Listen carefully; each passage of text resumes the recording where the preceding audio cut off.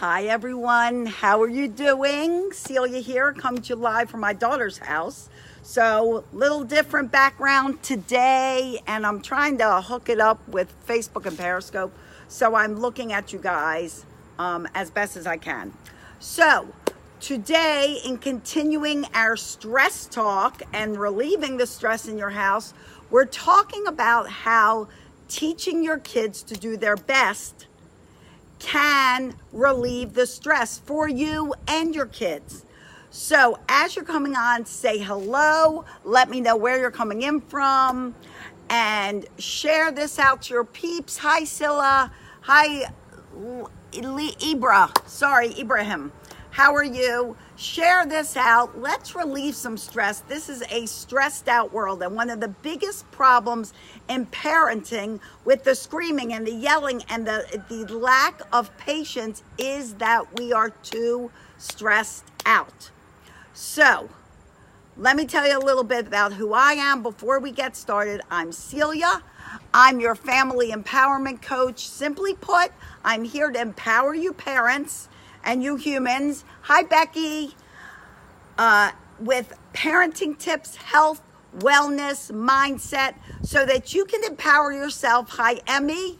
Empower your relationship and empower your kids and reach the vision that you're all looking to reach. So if you're on Facebook, welcome, and replay viewers on Facebook, give me a hashtag after party. Feel free to comment. If you're on Periscope, welcome as well. Also, I know you can't comment on a replay, but feel free to share this out because we are too stressed out. We're stressed, so we need to stop the stress. Okay, so here's 8 tips of how you can teach your kids how not to be stressed. And in the meantime, you might just learn how you won't be stressed either.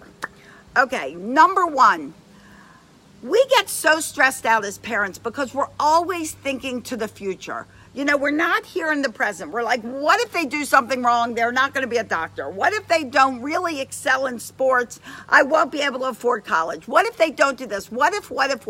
We what if ourselves to death? So instead of what ifing all the time, let's try focusing on the present and what's going on now with your children. And a lot of your what ifings and if you don't do this correctly, you're going to get it wrong. You always doing it for them. They always have to be happy. They can never suffer disappointment is killing them, guys. It's putting them under so much stress, and it's putting you under a bunch of stress as well. If you feel like your life is like overstressed, give me a 1 in the comments, because I'm telling you, you're like killing yourselves. Hi, Cassie. Welcome. Okay, so number 1 with your kids, instead of focusing so much on the grades, the outcome, focus on their effort. You know, when you focus on the effort your children put into something, a project, homework, a test, you are actually giving them the relief to learn that it matters how well they do something, not necessarily what comes of it. You know, when I was in college, the hardest course I had was human ecology. And I thought this would be a breeze course. I was a freshman, but it fell under the heading of agriculture and resource economics. It was an economics course. Thank you, Cassie. And let me tell you, I worked my butt off for that course. I worked so hard, harder than I think any course in 4 years of college, but I got a C. And it was just a C, but I was so proud of myself because I got a C and I worked my butt off and I passed. And when I took microeconomics and macroeconomics in the summertime, I aced them because I had learned it all in that course, even though I got a C. So focus on the effort, not the results. And you wind up putting a lot less stress on your child. Hi, David. You know, when you are always like, you got to get an A, got to get an A, got to get an A, got to get B. If you don't get an A, you're not getting into college, blah, blah, blah. A. You A them to death. You put them under so much pressure and stress. And when kids are under all that stress and pressure, when they are just like so focused on how am I going to get this A, they burn out and they zone out and they wind up being very kind of resentful of the whole school life. They don't enjoy school because there is too much stress. Okay, so focus on the effort, unfocus on the results. You know, kids in elementary school get science fair projects all the time, and parents are like, I'm going to do it for you. I'm going to help you do it. And they don't give a chance to the kids to do it themselves. And when you don't let a child do things for themselves, you crush their spirit, you ruin their self-confidence, their self-esteem, their self-worth, because they realize that you don't believe in them and you don't trust them. And who cares if they have the best project in the science fair? What matters is they did it themselves, they worked hard, and they learned something. Isn't the point of education to actually learn something? Hi, Meredith. Actually learn something in school, and not only learn it, enjoy learning it, so that when they grow up, they're excited to learn something new every day. That's the joy of school. Not, thanks, Cassie, not, oh, we won the science fair project. Oh, I got an A on that. Oh, I did this. Oh, we got a trophy. We got this. No. The important thing is getting your kids to understand that learning is fun. Education is fun. Trying to do things on their own as they grow up is a blast. They become grown-ups. They become human beings. Okay, so unfocus on those results, focus on the effort. Number 3, emphasize the importance of hard work. Emphasize what happens when you work hard. Process over product. Absolutely, Becky. You know, talk about, so when you work hard, you're going to actually reach some kind of goal. And hopefully it's the effort you want. It's the goal you want. But if it's not, number 4, let them understand that they can retweak it. They can find a new path. If this didn't work out so great, let's figure out a way to get a different result. Because you know what that will teach them as they grow up? It'll teach them that the important thing is doing your best. If it doesn't work out and you did your best, well, that's okay. You find another way for it to work out to where you want to be. You know, if you're having difficulties with their discipline, talk to them. Maybe they're having difficulty, going to bed on time. So talk to them. Look, you need to go to bed. You need to have a good night's sleep. What do you think we could do to make this better? Hi, Rosetta. And when they offer up a suggestion, put it into action. When you put it into action, those kids will feel great. They'll feel that they have your respect, that you actually honor their opinion. So when they suggest something, put in that. What's the worst thing that happens? It doesn't work. And then you have to retweak it, and you learn to retweak that. Okay. Number 5. Sorry, I'm on number 5. Set up a workplace. I just did this with Will, and it's working great. Yes, kids have to know that they have their responsibilities and you have yours. Their responsibilities are not all of your responsibilities. They have their responsibilities of getting dressed. Even little guys, they need to start learning to get dressed. You know, they need to start thinking about, their schoolwork, their homework. Their homework is their responsibility. They may have to practice an instrument, their responsibility, not yours. And when you teach kids what their responsibilities are, they learn to feel like they're in control of their own life, and the stress lessens. Okay, so set up a quiet workplace. Let them have somewhere organized with their stuff where they can do their work. Set it up, a room, a corner. They have stuff they have to do. They need papers, they need pencils, they need coloring books, whatever they need. You can start a workplace when they're little, so they get used to working in a certain area. Set up an organized, quiet workplace and let them help you set it up. Don't just say, this is your workplace. Let them organize with you. Let them pick out the things they want in their workplace. so that it's their doing. It's not all you. You're not ordering them around. You're like, let's set up a place you can work and work together to do that. Number 6, where am I? Oh, give your children options on their interests.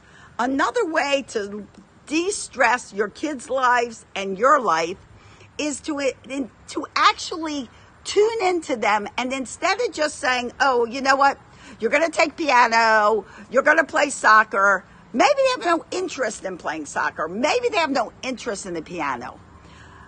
Look at them, watch them, be aware of what they're doing and what they're interested in, and then focus on that as to what you develop more.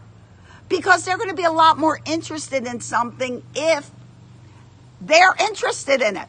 If they're not interested in it, you're going to stress out because you're taking them to another piano lesson. They're fighting you. It's an argument. They hate to practice. But if they go, you know what?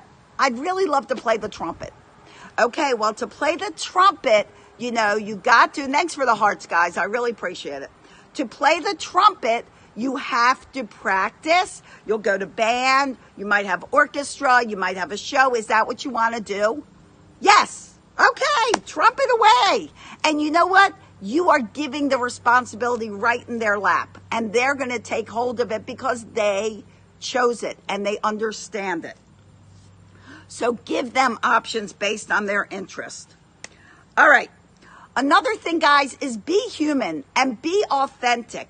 Talk to them about times when you did hard work and it didn't work out so well, but you really did your best and that was the outcome. Like when I was in college, I did my best on that course. That's something I have shared with my kids in the past when they were struggling. And I said, you know what? You got to just do your best. Whatever you do in life, you need to do your best. And whatever the outcome is, the outcome is. But if you take pride in everything you do and you do your best in everything you do, you will always be proud of yourself. Always. So encourage them to do their best and share stories of when you did your best and you were still proud of yourself regardless of what happened. Okay. Number 8, guys, and this is seriously important. You can't always make your children happy. Children will not always be happy. Why? Because as we grow up as human beings, we're not always happy. So allow them to fail and allow them to recover from failing. If they fail, they get up and they fix it and they do it again, or they find a different way to do it. But they can always get up. If they're running around and they fall down, what do? They get up. When they were 1 and they were learning to walk, did you just hold their hands the whole time, or did you let them walk on their own and fall down and get up again? You let them fall down and get up again. You didn't go, oh my gosh, they're going to get hurt. I'm going to hold their hands the whole time and they'll never learn to walk. No, you gave them the opportunity. Hi guys on Periscope. You gave them the opportunity to fall down, get up again, and try to take another step forward. That's what you should be doing your whole life. Hi, Brazil. Welcome, welcome. Hi, USA. I'm USA too.